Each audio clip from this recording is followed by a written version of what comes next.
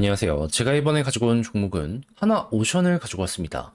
근데 현재 여기서 그렇게까지 걱정을 할 건 없을 것 같거든요. 거의 다 빠졌습니다. 그래서 보면 좋을 게 뭐가 있는지 풀어보도록 할 테니까 일단 들어가기 전 구독과 좋아요 한 번씩만 꼭 눌러주시면 정말 감사드리겠습니다. 자, 일단 지금 왜 빠지는 모습 보여주고 있다? 산업은행이 블록딜로 4.2% 지분을 팔았거든요. 근데 이걸 받은 많은 고래들이 어떻게 했다? 그냥 시장에 정리를 해버렸습니다. 그러면은 자연스럽게 쭉 떨어지는 모습이 보여지게 될 수밖에 없지 않겠습니까?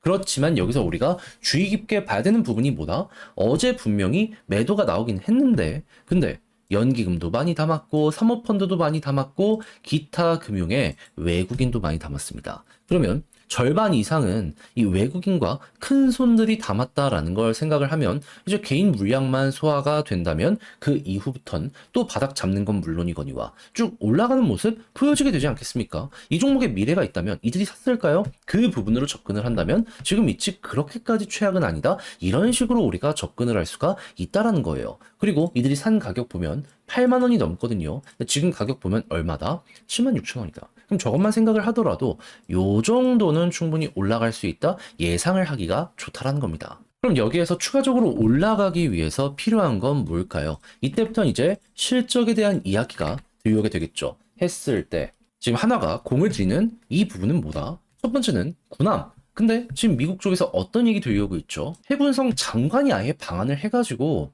하나오션 방문을 했다라고 합니다. 그럼 일거리가 꾸준하게 쌓여가겠죠. 그리고 지금 미국 내 조선소도 인수를 했잖아요. 그쪽으로도 일거리를 분배를 해주겠죠. 그럼 하나오션 같은 경우에는 뭐다?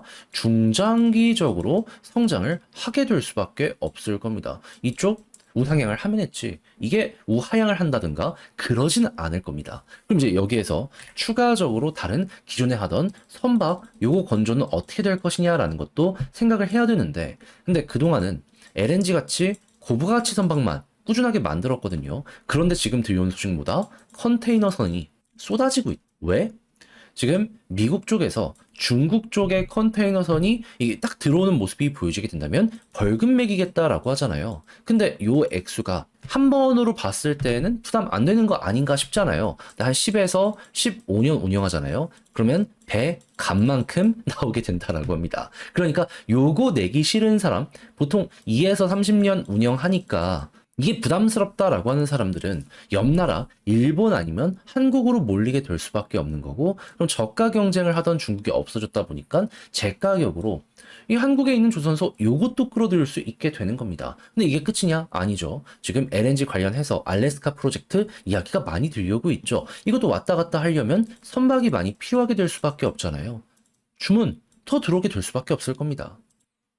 그리고 미국의 석유도 구매를 해올 것이기 때문에 이 대규모 VLCC 이런 것들 같은 경우에도 꾸준하게 또 한 번 말들이 나오게 되지 않을까 싶네요. 왜냐하면 석유 같은 경우에도 중국 쪽에서 VLCC 싸게 만들어줄게요 했는데 이제는 돈 내야 되잖아요. 그거 싫은 사람들은 몰려오겠죠. 그러면 이런 것들만으로도 지금은 아주 좋다 기억을 해두시면 좋겠습니다. 근데 이게 끝일까? 아닙니다. 마지막 하이라이트 남았죠. 어제 제가 영상을 통해 말씀드렸는데 지금 도크 늘리겠다, 투자한다라고 발표했거든요. 근데 이게 왜 중요하냐면 15년 만인가 그럴 겁니다. 과거에 한참 주문 몰려들었을 때 쳐내려고 이 도크를 늘렸는데 주문이 쭉 하고 빠지니까는 그대로 이 유지 비용 이런 것들 때문에 우리나라 조선소 회사들이 엄청나게 힘들어 했거든요. 막 수천억, 수조 단위의 적자가 이것 때문에 늘어난 겁니다. 그러다 보니까 중국도 있고 하니 도크를 늘리지 않곤 했었는데, 근데 도크를 늘렸다? 그렇다는 얘기는 이번엔 주문을 쳐낼 수 있는 확신이 섰다라고 볼 수 있는 거고, 그러면 만들 수 있는 배의 숫자가 증가를 하니까 지금 선가도 비싸잖아요. 실적이 높아질 수 있는 이게 보여지고 있다. 여기에 대해서는 우리가 이렇게 접근을 해보기가 좋게 된다라는 겁니다. 그러면 과거에 상승을 만들다가 이 하락을 만든 내용, 이 고점에 한계가 있다. 만들 수 있는 배가 한계가 있다 보니까는 이상 못 올라간다라는 부분 뚫리게 되는 거고, 그러면은 여기 이상까지 가는 흐름, 이 다음 스텝으로 또 한 번 보여지게 되지 않겠습니까? 그럼 이제 여러분들이 여기서 해야 되는 건 뭐다? 다른 것들 크게 볼 필요 없이 지금처럼 매집 있잖아요.